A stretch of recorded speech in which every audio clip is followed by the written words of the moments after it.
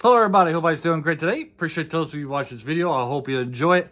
And also appreciate those of you who have subscribed. Thank you very much. And today we're talking about Octopussy. What a name for the 80s, right? This is a good 80s film, considering that this is like the explosion of pornography in America and maybe across the world. And why not have a movie called Octopussy starring, good old Roger Moore. It's not unusual for James Bond to have such names in there. You did have Pussy Galore back in the 60s. That name would have been appropriate for the 80s as well, I suppose. I mean, 60s was sexual revolution, which logical conclusion would end in the explosion of pornography in the 80s. Anyways, let's get into Octopussy. Is this Roger Moore's worst Bond movie? I don't know. I think it might be. For me, I think it is. I think this might be Roger Moore's worst Bond movie. The next one is A View to a Kill, and I'm not a very big fan of that one. I think it's my wife's favorite Bond movie, at least for Roger Moore. But for me, I don't know about View to a Kill. Might be the worst one for me. Either that one or this one. Now, I'm not saying this is a terrible movie, but I don't think it's one of the better Bond movies whatsoever. Kind of starts off on the wrong foot. Not really, but anyways. It starts off with an agent dressed up like a clown. So it is like the humor in this one's kind of off. He's dressed up as a clown because he has some secrets. Our villain here, he's wanting to set off a big atomic bomb on an American base. So James Bond, sorry, I got a cough. James Bond is wanting to stop that from happening, which, good thing, right? You don't want an American base to be blown up by a nuclear bomb. So that's basically his mission. And of course, Octopussy is kind of like a circus trope full of women. And, he kind of works with them. They're kind of working with this guy to put this bomb on this American base so that they get money. All for money, capitalism, the Russians exploiting capitalistic ideas. But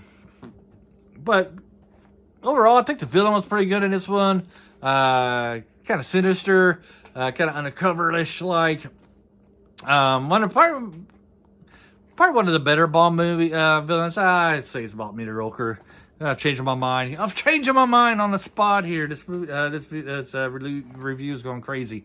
Of course, every Bond movie has to have some kind of villain with some kind of special weapon or ability or something like that. And this one, our hitchman here, he has a yo-yo saw, which I'll have to admit, it looked pretty cool. The yo-yo saw looked pretty cool.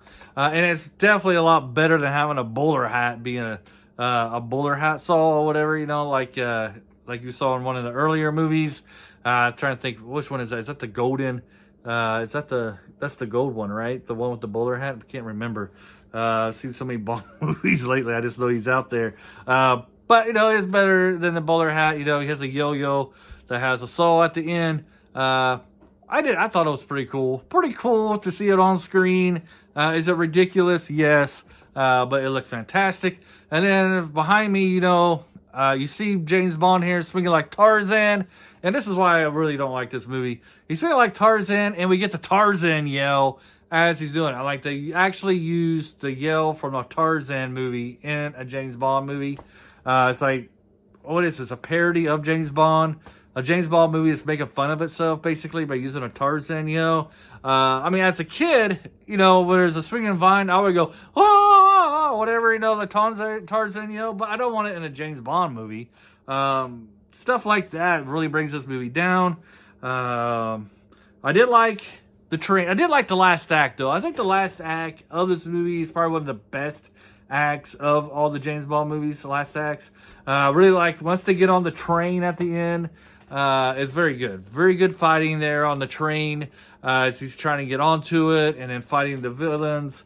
That part was cool. I didn't know. I don't know. Maybe I should try this one time. Maybe I should take my tires off my car and just ride on my rims and see how that would work on a train track. However, a car is too wide for a train track, right? I think the cars are too wide. They don't fit on the train track. I could be wrong on that one. But I think it's worth a try. I think it's worth a try for me to take my tires off and we'll go down a train track on the rims, just like James Bond. And if I ever get caught and asking why I'm doing that, it's like I saw it in a James Bond movie, and I'll plead insanity that way. But that part was pretty cool. And like I said, the whole train sequence I thought was probably the best part of the movie. And then I think Tom Cruise, about 4 or 5 years ago, must have saw Octopussy, because then we have the airplane fight. And, you know, if you ever saw the latest Mission Impossible movie, you have an airplane fight on that one where, you know, Tom Cruise is hanging. Ethan Hawke, Tom Cruise is hanging from the plane, and he's fighting this dude. At least in the Mission Impossible movie, it's a biplane, right? It's a biplane, 2 wings, and this one is like a jet, and it's flying pretty high. There's nothing really for Bond to grab onto. The guy actually is upside down, and Bond has his arms like this and his legs wrapped around the plane.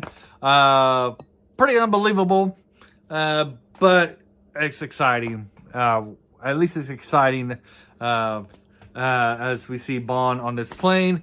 Only if the villain would have jumped out of the plane with his and tried to do say some cheesy line like at least have a parachute and then let go and then hit his head on the plane and killing himself, like in the latest Mission Impossible movie. That would have been funny, but it doesn't end that way. But yeah, the fight outside of the plane is crazy. Pretty well shot. I would like to know how they did it, though. I'm pretty sure it had to be in a studio, right? No way they were actually up there hundreds of feet in the air fighting on a plane while Roger Moore or the stunt guy is hanging from the side of it, going full blast. But that's pretty cool. It was pretty cool, I will admit. The last act, I did enjoy. It was just getting to that last act, the first act, the second act. You know, the whole circus thing, very cliche. You know, you knew James Bond was going to turn the alarm off. Getting tired here. Just like I've been doing this for a couple hours now. You knew that when James Bond was going to disarm the nuclear bomb, that he was going to do it with 1 second left. You know, very cliche. Going through all this trouble. I think he went there on a bicycle or something like that. I can't remember. But yeah. To me, this is probably like Roger Moore's worst one. I don't know any more that was worse than this one. Maybe A View to a Kill, but Christopher Walken really kills it in that one. I have to rewatch it, be watching it next. Then I have to go back and watch the Sean Connery movie, Never Say Never. Want to do that one. I just got to find it. Might have to rent it. Anyways, what do you guys think about Octopussy? Do you think it's a great movie? Is it Roger Moore's best? Is it his worst? Is it his middle of the pack? Do you like the last act? Do you think the last act is one of the better last acts of a Bond movie? What do you guys think of Octopussy? Let me know in the comments below. Interested in reading your thoughts. And hopefully you'll see me around. Have a great day. Bye.